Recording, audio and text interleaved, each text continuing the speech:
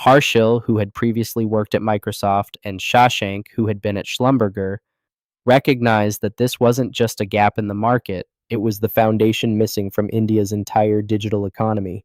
The founding story of RAZORPay reads like a masterclass in solving your own problem.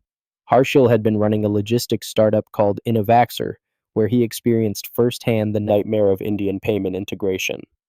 After spending months trying to set up basic online payments, dealing with bank bureaucracy, and losing customers to payment failures, he became obsessed with the idea that this infrastructure problem was holding back thousands of potential entrepreneurs.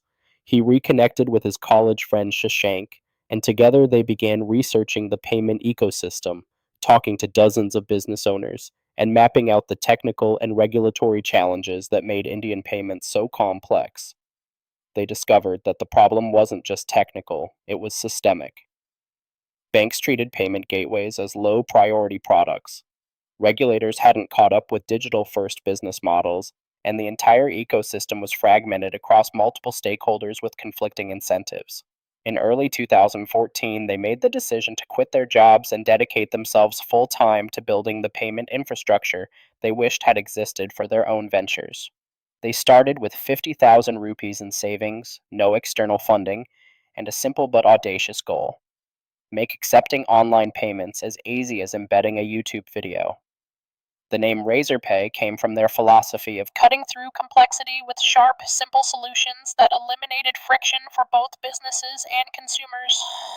The early days of RazorPay were defined by the kind of hands-on problem solving that would later become legendary in Indian startup circles.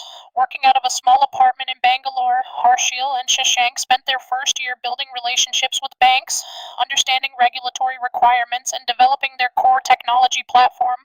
Their breakthrough came when they realized that most existing payment companies were trying to be everything to everyone, resulting in complicated products that satisfied no one completely. Instead, they focused obsessively on developer experience, creating APIs and integration tools that could get a business accepting payments in hours rather than months.